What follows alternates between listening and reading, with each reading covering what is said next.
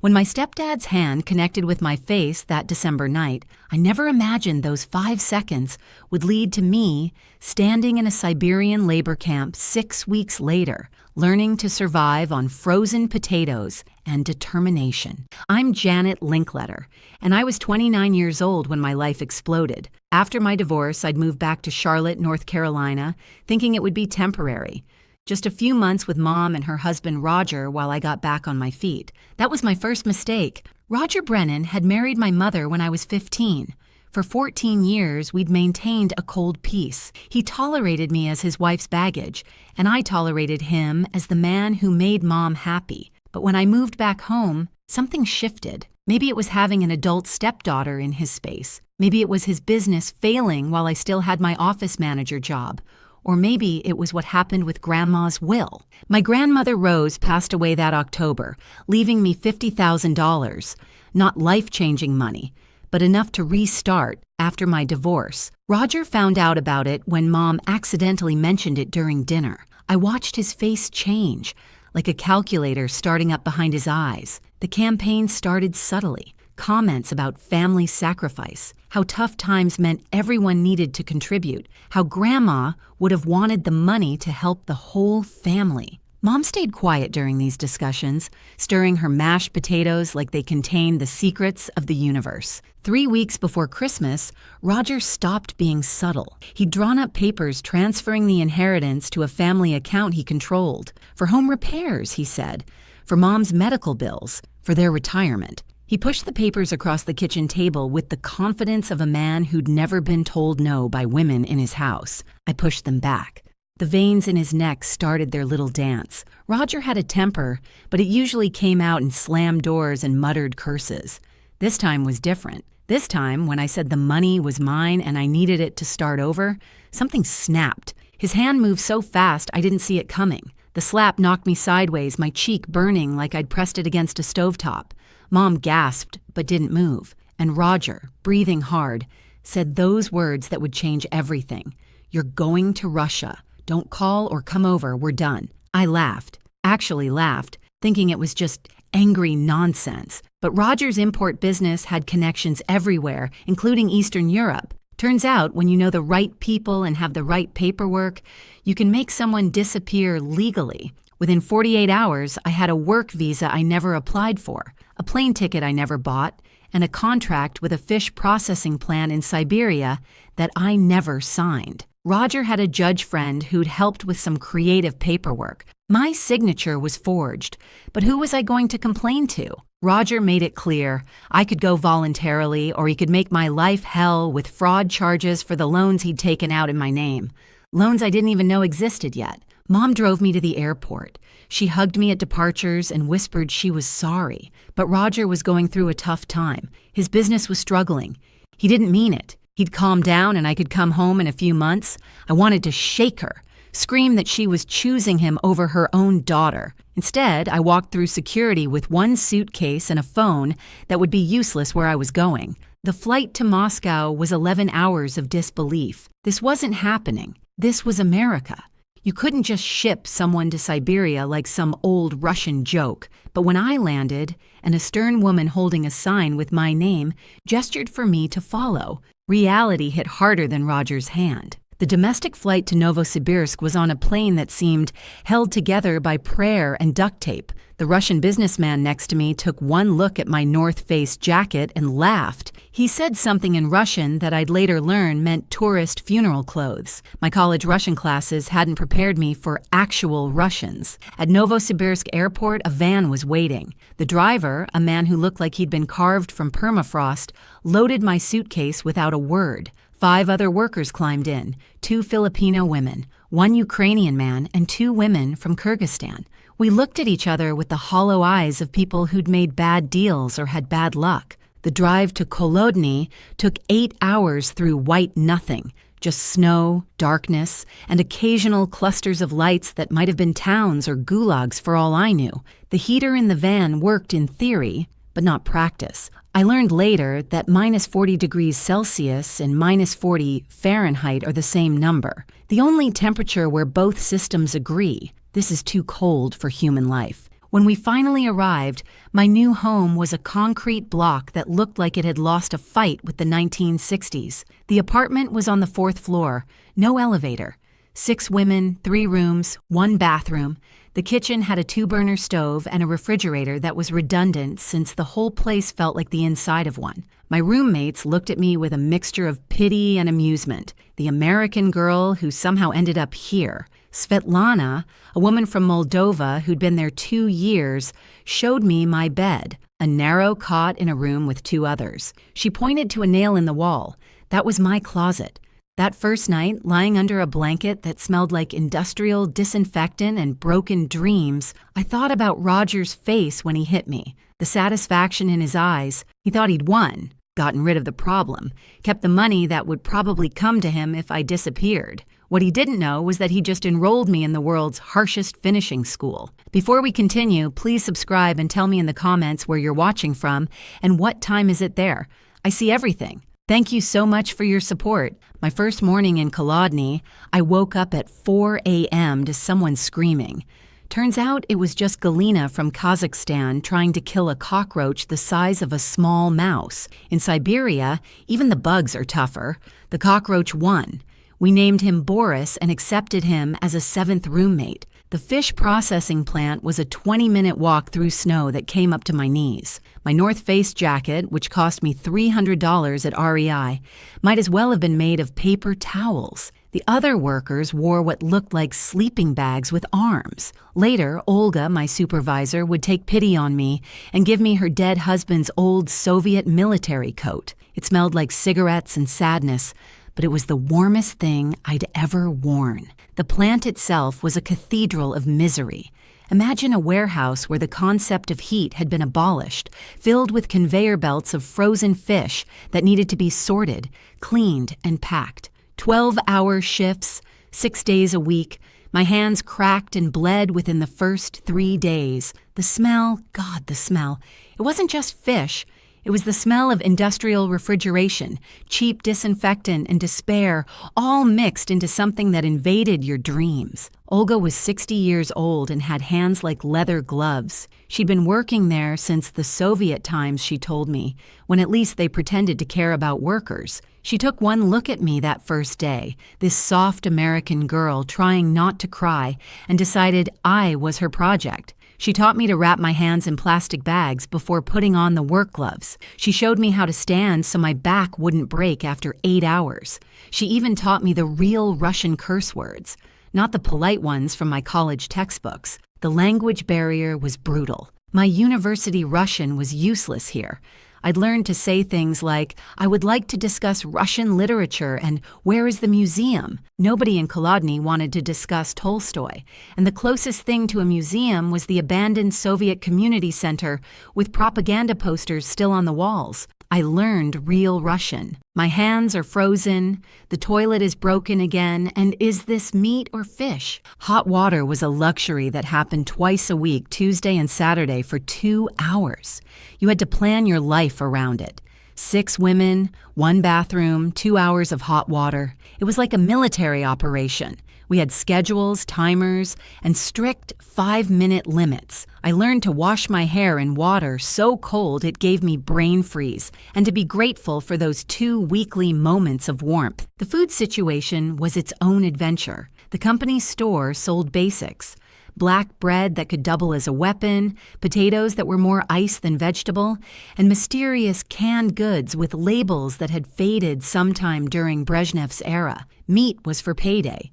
Vegetables were for summer. Fruit was for dreams. But here's the thing about rock bottom. It's solid. You can build on it. After 2 weeks of crying into my frozen pillow, something shifted. Maybe it was Olga sharing her lunch with me. Thick soup that tasted like heaven, even though I suspected it was mostly potato water and hope.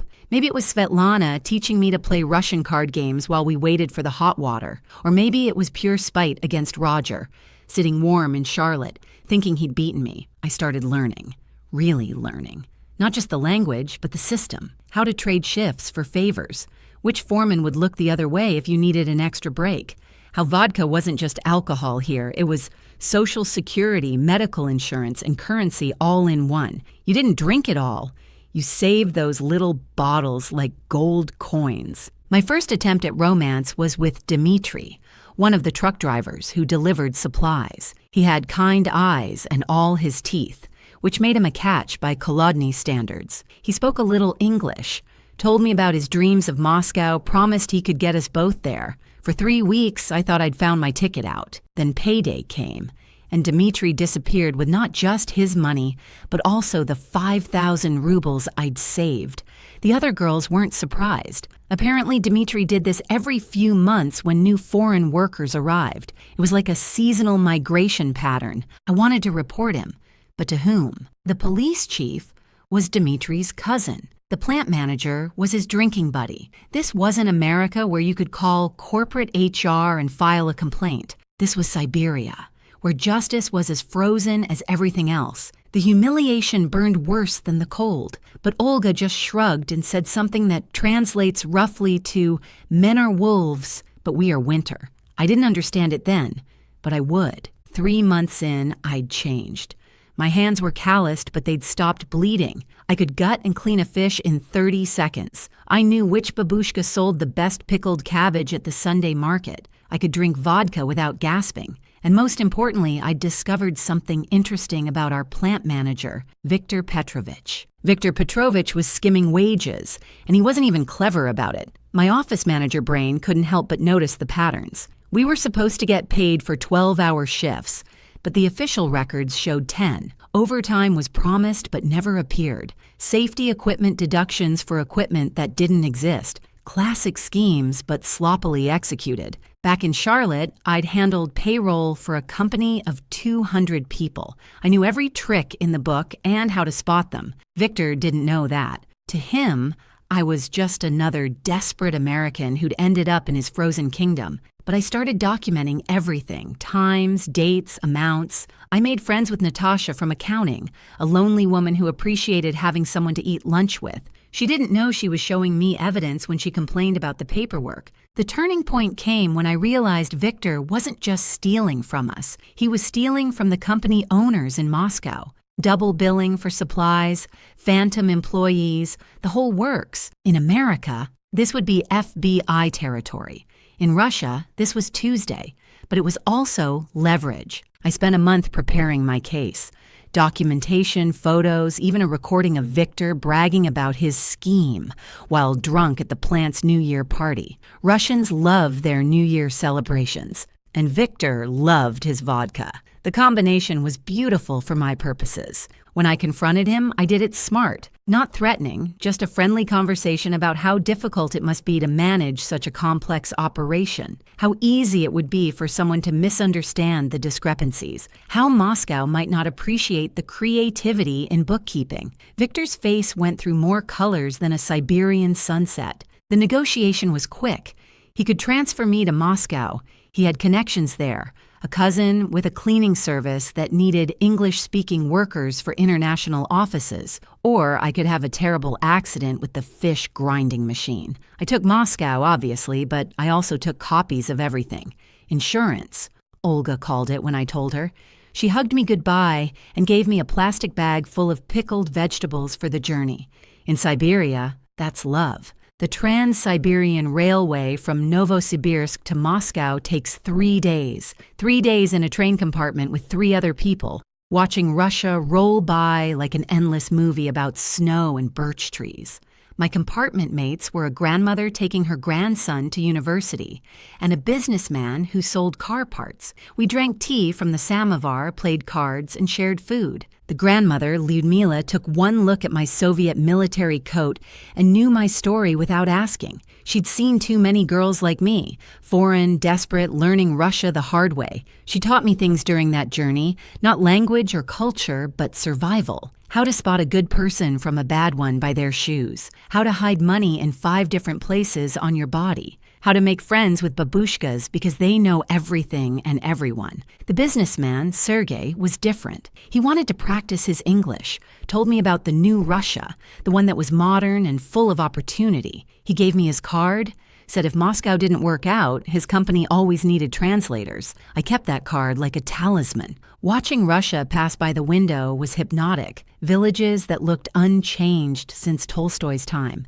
Cities that sprouted Soviet apartment blocks like concrete mushrooms.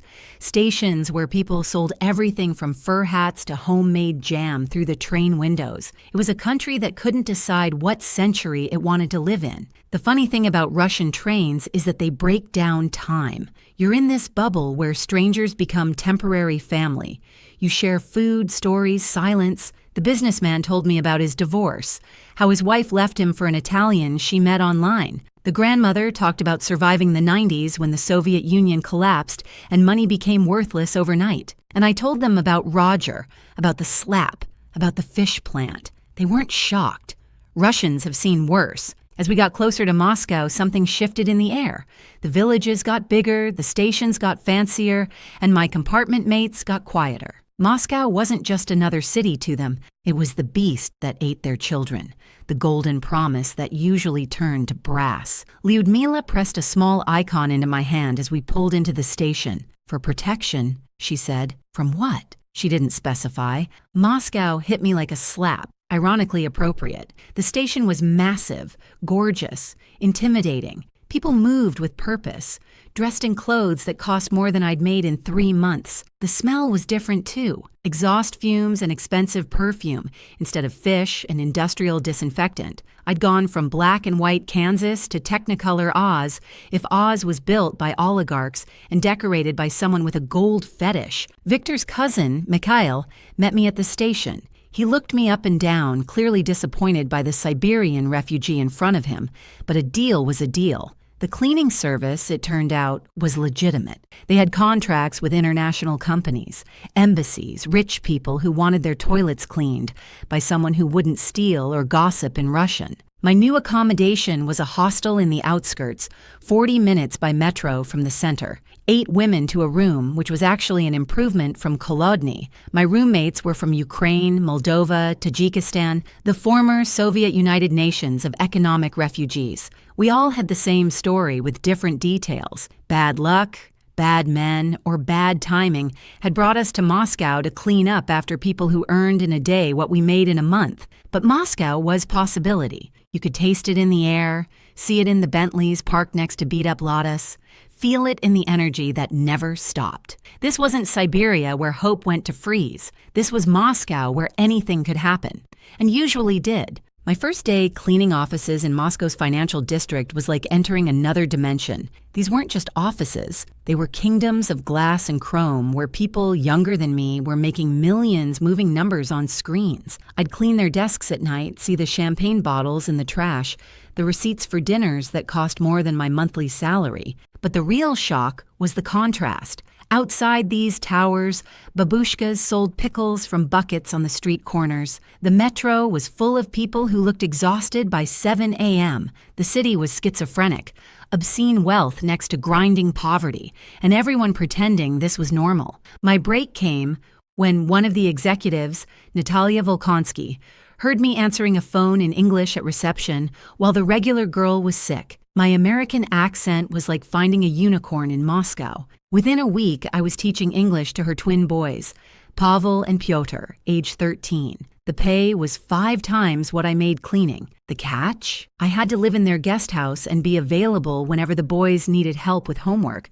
The Volkonsky estate in Rubliovka was insane. The guest house was bigger than any home I'd lived in. The main house was like something from a magazine about how Russian oligarchs live. Indoor pool, cinema room, a kitchen that could service a restaurant. The boys had everything. Private school, tutors for every subject, horses, skiing trips to Switzerland. They were also desperately lonely and surprisingly sweet. Their older brother, Alexander, was 24 and worked in his father's energy company. He looked like every American woman's fantasy of a Russian man. Tall, cheekbones that could cut glass, eyes like a winter sky. He was also smooth as aged vodka and twice as dangerous. The seduction was gradual. Coffee in the morning while I prepared lessons, conversations about America, about books, about life. He'd lived in London for university, Spoke perfect English with just enough accent to be charming. He brought me gifts. Nothing too obvious, just books he thought I'd like.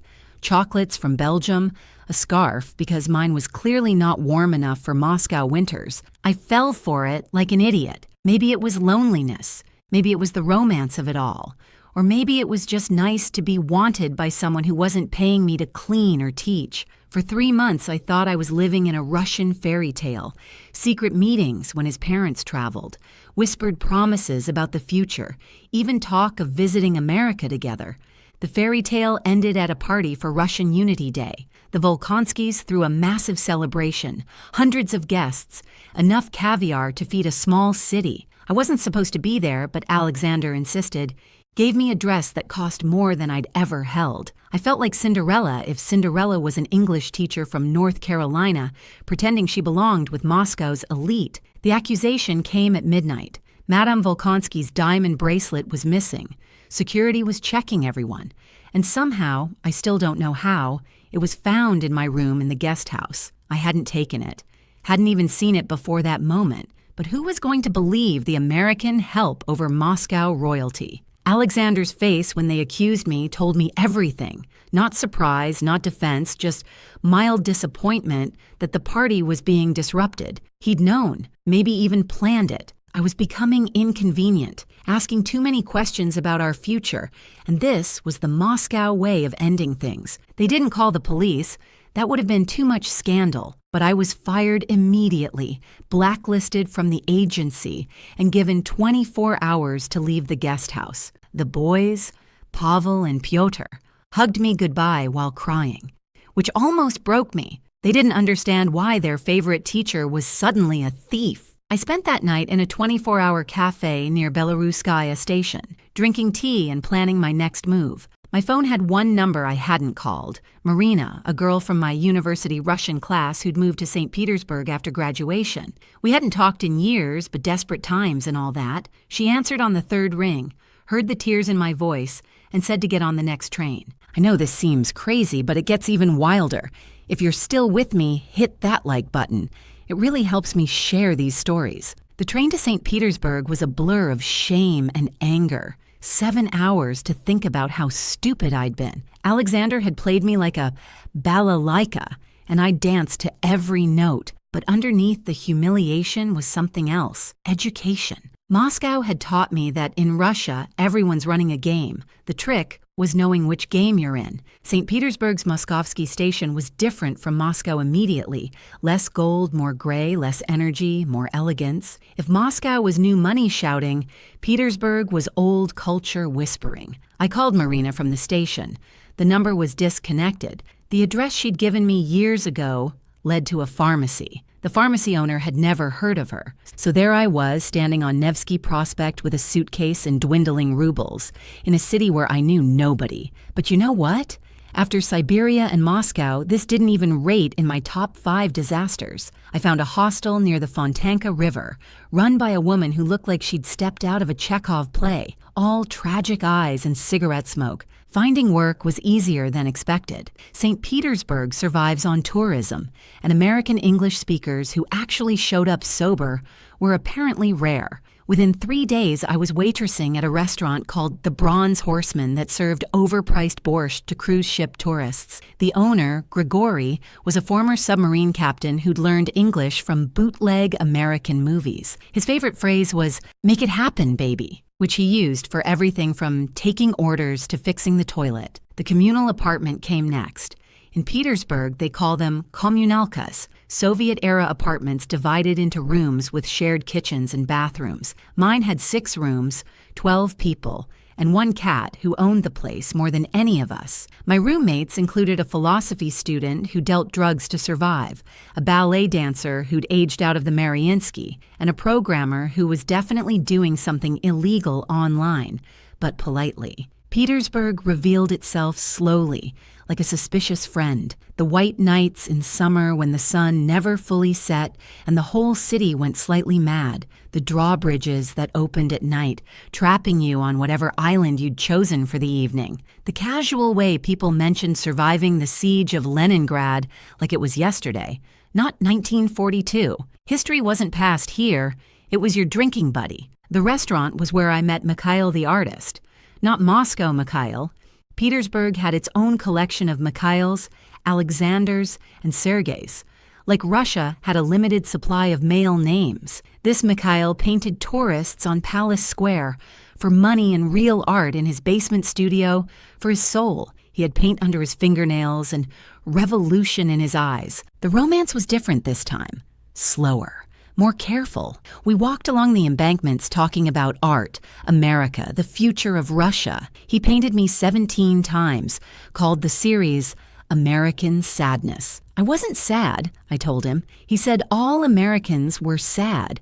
They just didn't know it yet because they had too much comfort. Russians knew their sadness intimately, introduced it at parties, made it pay rent. For 4 months, I thought maybe this was it. Maybe Petersburg was where I'd stay, with this complicated artist in this complicated city. I was saving money, learning the city's rhythms, even starting to understand Russian fatalism. Then Mikhail got an offer, an art residency in Berlin, sponsored by a German woman who'd bought his paintings and maybe wanted to buy him too. He left on a Tuesday, promised to send for me, classic Russian romance novel stuff. I knew he was lying. He knew I knew, but we played the scene anyway. Petersburg had taught me that sometimes the performance is more important than the truth. It's a city built on a swamp by a madman. Everything here is about preferring the beautiful lie. But here's what changed. I didn't collapse, didn't cry into my pillow or plan dramatic revenge. Instead, I went to work, served overpriced soup to Americans from Iowa, and started really planning. Not revenge exactly, but something bigger. I was going to go home, but not as the same Janet who'd been slapped into submission. I was going home as someone who'd survived Siberian winter and Moscow's gold fever and Petersburg's beautiful deceptions. 1 year in Russia total, and I'd become someone I didn't recognize in the mirror. My Russian was fluent now, but more importantly, I understood Russian thinking. In America, we believe in fair play and systems working. In Russia, systems are suggestions, and fairness is what you create for yourself. It wasn't cynical, it was practical. My side hustle started accidentally. An American couple at the restaurant couldn't figure out how to register their visa at the migration office. I offered to help for $50. What should have taken them 3 days of bureaucratic hell took me 3 hours. Word spread through the tourist network. Soon I was the American who could navigate Russian paperwork, find apartments that actually existed, explain why you needed to bribe the doctor for a medical certificate even though you weren't sick. The funny thing about helping other foreigners was seeing myself a year ago in their confused faces. They'd arrive thinking Russia was just cold America with different letters. Then they'd discover that addresses didn't work like they expected, that yes could mean no, depending on intonation, that you needed 3 stamps for everything, but the stamps were in 3 different buildings that were only open on alternating Tuesdays. I built a network without meaning to. There was Anya, who worked at the migration office and appreciated American chocolate. Boris, the landlord, who had apartments that weren't advertised. Katya at the medical clinic, who could expedite anything for a bottle of good cognac. Even Vadim, a taxi driver who became my personal FSB conspiracy theorist and city guide. He was convinced America was controlling the weather, but he liked me anyway because I laughed at his jokes. The education went beyond survival tricks. I learned about Soviet history from people who'd lived it. My Kommunalka neighbor, the aged-out ballerina Irina, told me about dancing through the collapse of the USSR, performing Swan Lake while the government dissolved. The philosophy student dealer, Kostya, explained Russian fatalism through Dostoevsky while measuring out weed on a kitchen scale. Even Grigory at the restaurant had stories about being underwater in a nuclear submarine, playing chess to stay sane. Russians taught me about resilience differently than Americans understand it. We think resilience is bouncing back, returning to normal. Russians know normal is an illusion. Resilience is adapting to whatever insanity comes next, finding humor in the absurdity, and always having a backup plan for your backup plan. I was making decent money now. The restaurant, the foreign assistant side gig, even some translation work for a sketchy import company that definitely wasn't importing what they claimed. My savings grew. hidden in 3 different places because I'd learned from the Dmitry disaster. Never keep all your eggs in one basket, especially when the basket is in Russia. The news from home came through Facebook. Roger's import business was failing. Mom was sick. Nothing specific in her posts, just vague mentions of doctor visits and prayer requests. Their house was for sale. Part of me felt satisfaction. Karma, the Russians would say, always comes. Just sometimes it takes the scenic route through Siberia. But another part, a part that surprised me, felt something else. Not sympathy exactly, but a weird distance from the rage that had kept me warm through Siberian nights. Maybe it was Petersburg's melancholy influence, or maybe it was just exhaustion from carrying all that anger. It was heavy, and I was tired. The joke about garage sales still makes me laugh. I tried explaining the concept to my Kommunalka neighbors. Americans put their unwanted stuff on their lawn, and strangers come by it. They looked at me like I was describing ritual sacrifice. Why would you let strangers know what you have? Why sell things for less than they're worth? Why not just give them to friends? The cultural gap was beautiful. Then they tried explaining dakas to me. These summer houses where Russians grow their own food and pretend to be farmers on weekends. Now, who's weird? My skill set by this point was ridiculous. I could spot a scam in 3 languages, negotiate with bureaucrats who hadn't smiled since 1987, drink vodka like water without dying, navigate 3 different cities' metro systems, and make friends with babushkas who treated me like their wayward granddaughter. I could also gut a fish in 30 seconds, but I tried not to put that on my mental resume. The plan forming in my head wasn't about simple revenge anymore. It was about something bigger. Roger had tried to destroy me by sending me here, but instead he'd given me an education you couldn't get at Harvard. I understood systems, both how they worked and how they failed. I understood people, what they wanted, and what they'd do to get it. Most importantly, I understood myself. I wasn't the Janet who'd moved back home after a divorce, defeated and dependent. I was someone who'd survived Russian winter and Russian bureaucracy, which might be the same thing. But first, I needed more ammunition. Through my sketchy import company connections, I learned something interesting. Roger's failing business had been trying to establish Russian connections for years. He'd been scammed 3 times by fake partners, lost hundreds of thousands. He was desperate for someone who actually understood how Russian business worked. The irony was delicious, like good caviar you eat while laughing. I started researching from Petersburg's surprisingly good public library. Roger's loans in my name. I had the account numbers now, thanks to a credit report I'd managed to get through the one American bank with a Moscow office. The fraud was extensive and sloppy. He'd been counting on me never coming back, never checking. But I was coming back, and I was bringing all of Russia's lessons with me.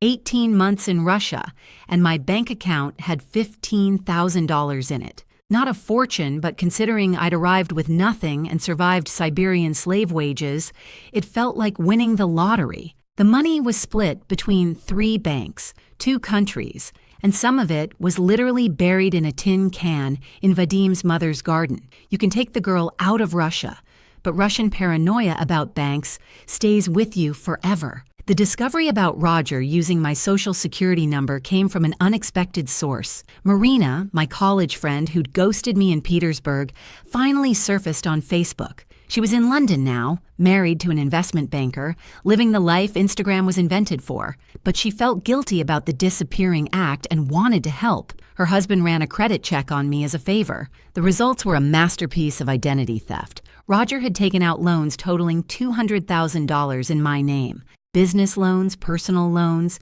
even a mortgage on a property in Florida I'd never seen. My credit score was somewhere between disaster and why are you even checking? The rage that had been cooling in Petersburg's chill came roaring back like a Siberian blizzard. But this wasn't Siberian Janet who would have cried, or Moscow Janet who would have schemed for petty revenge. This was Petersburg Janet, who understood that the best revenge is served not cold, but with documentation and legal precedent. I started gathering evidence with the methodical patience of a Russian grandmother, pickling cabbage for winter. The opportunity came like a gift from the vodka gods.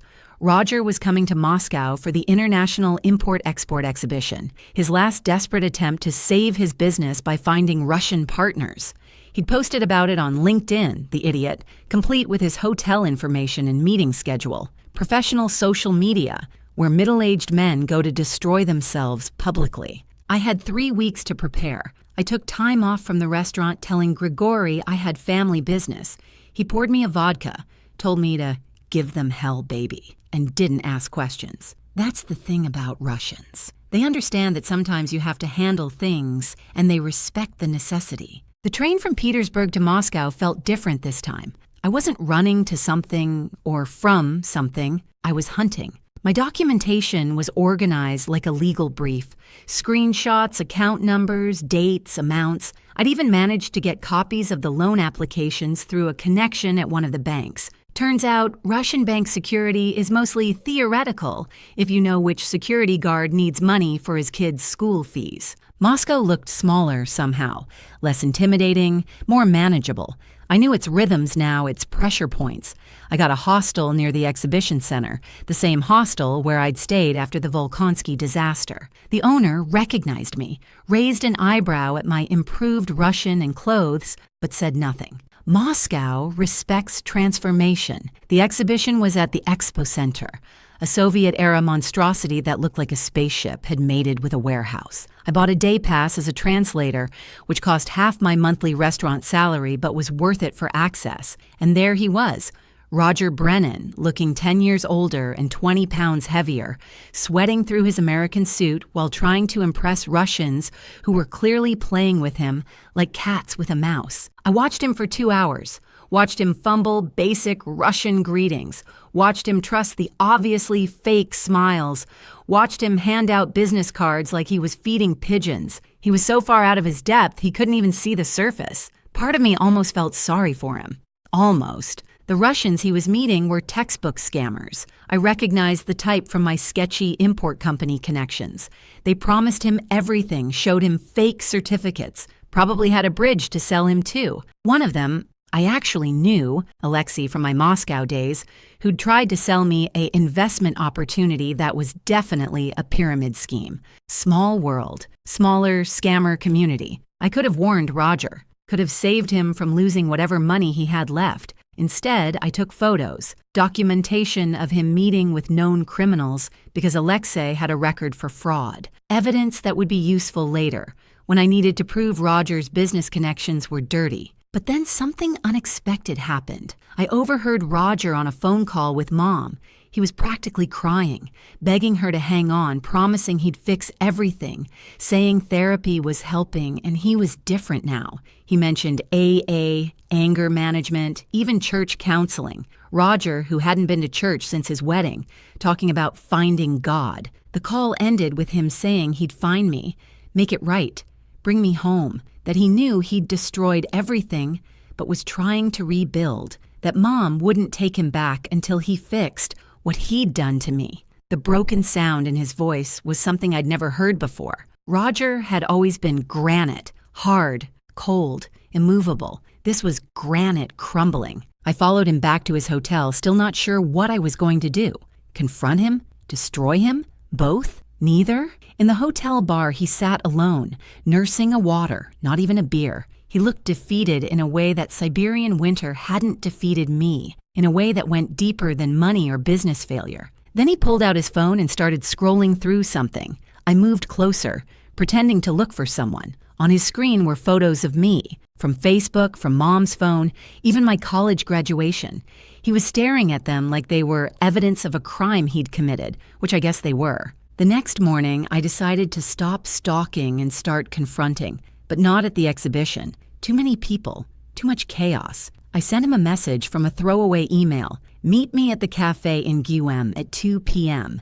We need to talk about your Russian problem. Guem was the fancy shopping center on Red Square, public enough to be safe, private enough for real conversation. He walked into that cafe like a man walking to his execution. His eyes scanned the crowd, probably expecting some Russian thug or business rival. When he saw me, his face went through every emotion in the human catalog: shock, disbelief, fear, shame, and something that looked dangerously close to relief. I'd practiced this moment for months, had whole speeches prepared about justice and consequences. Instead, what came out was, "Hello, Roger, you look terrible." He laughed, actually laughed, and it wasn't mean or dismissive. It was the laugh of someone who'd hit bottom so hard they'd bounced. "Janet, Jesus Christ, Janet, you look different." Different was an understatement. 18 months of Russia had rewritten my DNA. I was harder, sharper, speaking English now with the slight rhythm of someone who'd been thinking in Russian. But more than that, I wasn't afraid of him anymore. He was just a broken man in a bad suit, sweating in a Moscow cafe. The story poured out of him like a confession. After I left, Mom had found out about the loans, the fraud, all of it. She'd left him, moved in with her sister. His business had been failing even before that, but without Mom, he'd completely fallen apart. The drinking got worse until he wrecked his car into a mailbox and got arrested for DUI. The court-mandated therapy, AA, the whole program. But here's what got me. He actually did it. Not just showed up, but really did the work. The therapist, he said, helped him understand that his father had beaten him the same way, that he was just continuing the cycle. The AA sponsor made him list everyone he'd hurt. I was at the top, circled 3 times. The anger management taught him that his rage was really fear. Fear of not being enough, fear of being seen as weak, fear of losing control. He'd been trying to find me for 6 months, hired a private investigator who traced me to Moscow but lost the trail. He'd been saving money to pay back the fraudulent loans, had already cleared 2 of them. The house sale would cover the rest. He showed me documents, bank statements, everything. It was all real, or the best forgery I'd ever seen. "I don't expect forgiveness," he said. And for once, Roger was telling the truth. "I just needed you to know that I know what I did, and I'm trying to be better. Your mom won't even talk to me until I make this right." The cafe around us was full of tourists taking photos, Russians arguing about politics, normal life happening while my world tilted on its axis. The Roger I'd hated was gone, replaced by this smaller, sadder, more human version. It was disturbing, like finding out your monster was just a man in a costume the whole time. I told him about Siberia, every detail, the cold, the factory, the desperation. His face got paler with each word. When I got to the part about Dmitri stealing my money, he actually stood up like he was going to go find the guy right then. Old Roger habits, but with different motivation. Moscow was easier to hear about, but when I described Alexander's betrayal, Roger's jaw clenched in a way I recognized. "Men who hurt women," he said quietly, "are the lowest form of life." I should know. I was one. The revelation that I'd been surviving, even thriving in some ways, seemed to both relieve and hurt him, like he was proud of my strength, but ashamed it had been necessary. When I told him about my side business helping foreigners, he actually smiled. "You always were smarter than me," he said. I just couldn't stand it. The question hung between us. What now?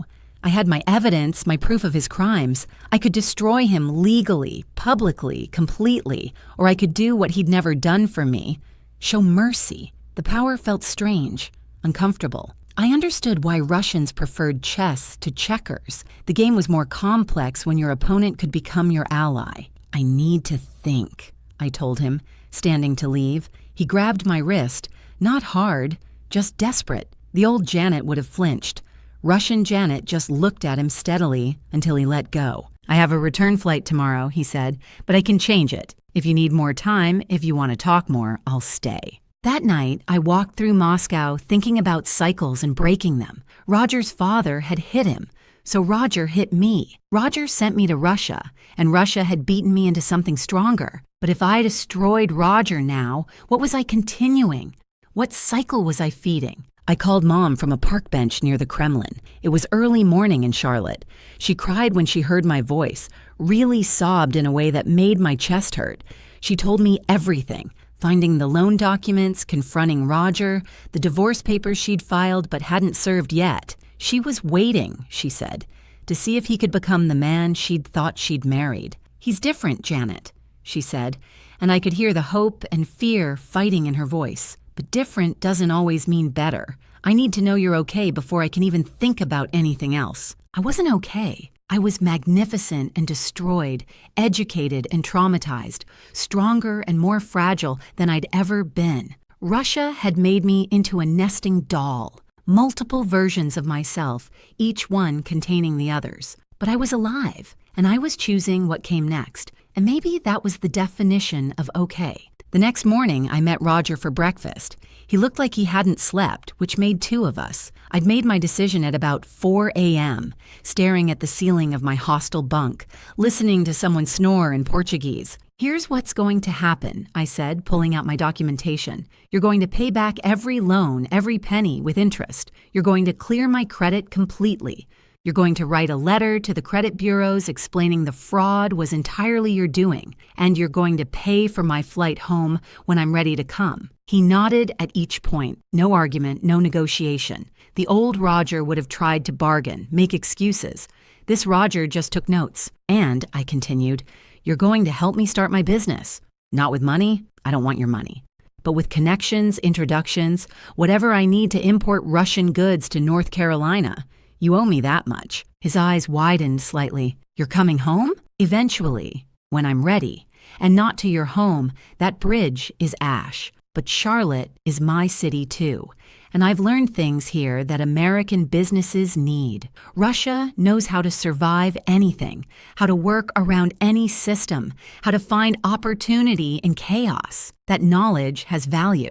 We spent 3 hours going through the logistics. Roger, for all his faults, did know the import business. He knew the permits needed, the connections required, the mistakes to avoid. He took notes like a student, asked smart questions, and never once tried to take over the conversation. It was unsettling, like watching a lion become vegetarian. The surprise came when he pulled out a folder he'd been carrying. Inside were letters. From Mom, from my aunt, from cousins I hadn't heard from in years. They'd all written to me, not knowing where I was, hoping Roger would find me. Mom's letter was 10 pages of apology and love, and updates about neighbors and her church friends. She'd kept my room exactly the same, she wrote. Even though Roger had wanted to use it as an office, "She made me promise to give these to you in person," he said, "to make sure you actually got them." Reading Mom's handwriting broke something in me that 18 months of Russian winter hadn't touched. I cried right there in that Moscow breakfast place, ugly crying while Roger sat awkwardly, not sure if he should comfort me or run. Finally, he just pushed napkins across the table and waited. The thing about forgiveness is that it's not a gift you give someone else. It's a gift you give yourself. Permission to put down the weight you've been carrying. I'd carried Roger's slap across 3 Russian cities, through factories and restaurants and trains. I was tired of carrying it. "I don't forgive you," I told him, and watched him nod in understanding. "But I'm willing to move forward. You stay in your therapy, you keep going to AA, you treat Mom like a queen if she's crazy enough to take you back, and we can coexist peacefully, professionally. But we're never going to be family. That's more than I deserve," he said, and meant it. He left for the airport that afternoon. We shook hands at the metro station, formal and awkward. He looked older, but somehow lighter, like confession had physically removed weight from his shoulders. As his taxi pulled away, I realized I felt lighter too. The revenge I'd planned for so long would have felt good for a moment. This felt like something better, like winning a game I hadn't known I was playing. 6 months later, I stood at JFK Airport with 5 suitcases and a business plan. Roger had been true to his word. Every loan paid, credit restored, and a list of legitimate contacts in the import business who would take my calls. Mom had picked me up alone, Roger respectfully staying away, giving us space to reconnect. The reverse culture shock was brutal. American abundance felt obscene after Russian scarcity. People smiled without reason, trusted systems to work, complained about problems that Russians would consider blessings. The grocery store made me cry. So many choices, so much waste. I stood in the cereal aisle for 20 minutes, paralyzed by options, remembering Siberian black bread that could break your teeth but kept you alive. Mom had aged, but also somehow looked younger. Leaving Roger, even temporarily, had given her back something. She'd gotten a job at a dental office, her own apartment, even joined a book club that was really a wine club with literary pretensions. She was choosing to rebuild with Roger, but on her terms now. They were dating, she said, like they should have years ago, getting to know each other without the assumption of power. My business started small, a stall at the Charlotte Regional Farmers Market selling Russian goods, honey from Bashkortostan, wool socks from Siberian grandmothers who knitted like their lives depended on it. Because sometimes it did. Sea buckthorn products that Americans had never heard of but would pay premium prices for once they tried them. I knew which suppliers would actually deliver, which products would pass customs, which stories would sell to American consumers who wanted authenticity. The irony that killed me, Roger's failed contacts in Russia became my successful ones. All those Russians who'd scammed him were happy to work with someone who actually understood the game. Alexei, the pyramid scheme guy from Moscow, turned out to be a legitimate supplier of vintage Soviet posters that hipsters in Charlotte couldn't buy fast enough. Even Victor from the fish plant, once he heard I was in America and not plotting his destruction, offered to supply caviar at prices that would make me rich if I could navigate the import regulations. Within a year, I had a proper store, from Russia with lunch, selling not just products, but experiences. Russian tea ceremonies, cooking classes, even Russian conversation hours for the 3 people in Charlotte trying to learn the language. The space was small but perfect, on the edge of Noda where weird was welcome and rent wasn't insane. The grand opening was a carefully orchestrated chaos of cultures. Mom made her famous pulled pork, which we served alongside Russian salads. Vadim, my Petersburg taxi driver turned philosopher, had actually moved to Atlanta and drove down with his mother, who read palms and told fortunes with terrifying accuracy. Even some of my Siberian roommates sent video messages that we played on loop. Oh, Roger came, staying in the background, helping with setup, but not trying to claim any credit. He'd lost weight, looked healthier, and had the slightly stunned expression of someone who couldn't believe his second chance. He brought his AA sponsor, introducing me as my stepdaughter who's stronger than I ever was. It was the first time he'd called me his stepdaughter without making it sound like an insult. The surprise guest was Lyudmila, the grandmother from the Trans-Siberian Railway. She was visiting her grandson who'd graduated from Moscow University and gotten a job in Raleigh. She brought me bread and salt, the traditional Russian welcome to a new home, and cried when she saw how I'd transformed from the scared girl in the Soviet coat to this American entrepreneur who could swear fluently in Russian and knew which bribes were necessary versus optional. The business grew because I understood both sides. Americans wanted the story, the authenticity, the feeling of discovering something real. Russians wanted reliability, respect, and someone who wouldn't treat them like either criminals or curiosities. I became the bridge, translating not just language but mentality, helping American businesses understand that Russian no might mean make a better offer, and helping Russians understand that American friendliness wasn't fake, just different. The marketplace became more than a store. It was where Russian immigrants found community, where American Russophiles found their people, where curious locals discovered that Russia was more than vodka and villains in action movies. We hosted movie nights showing Soviet films with subtitles I wrote myself, explaining not just words, but context. We celebrated both American and Russian holidays, sometimes on the same day, creating beautiful cultural chaos. And yes, I kept the lessons. I still hide money in 3 places. I still assume every system might fail and have backup plans. I still drink tea like a Russian, eat pickles like medicine, and trust slowly but deeply. Siberia is in my bones now, Moscow in my ambition, Petersburg in my ability to find beauty in sadness. Roger and I developed something like a working relationship. He sent customers my way. I helped him understand the Russian contacts who weren't trying to scam him. We could sit at the same table for family dinners, though we'd never seek each other's company. Mom was happy, which mattered more than my residual anger. She'd chosen forgiveness. I'd chosen coexistence, and somehow it worked. The last scene I remember perfectly. It was a year after opening, a Thursday that felt like possibility. A young woman came in, nervous, speaking broken English with a thick Russian accent. She'd just arrived, she said. Her American husband had left her. She had nothing. I recognized the look. I'd worn it in Siberia. I made her tea, spoke to her in Russian, told her she was stronger than she knew. I gave her Anya's number at the immigration office, Boris's contact for apartments, even Vadim's information, because everyone needs a conspiracy theorist taxi driver who'll become family. As she left, clutching the paper with contacts like a lifeline, she asked why I was helping her. I thought about Roger's slap, about Siberian fish factories, about Moscow's betrayals and Petersburg's broken promises, about how the worst thing that happened to me became the education I never knew I needed. Because, I told her in Russian, winter teaches us to help each other survive. She nodded like this made perfect sense, which it did if you'd been through Russian winter. That night, I stood in my store, surrounded by Russian nesting dolls and American dreams, and realized Roger had been wrong. He'd said we were done, but we were just beginning. Siberia tried to break me. Moscow tried to buy me.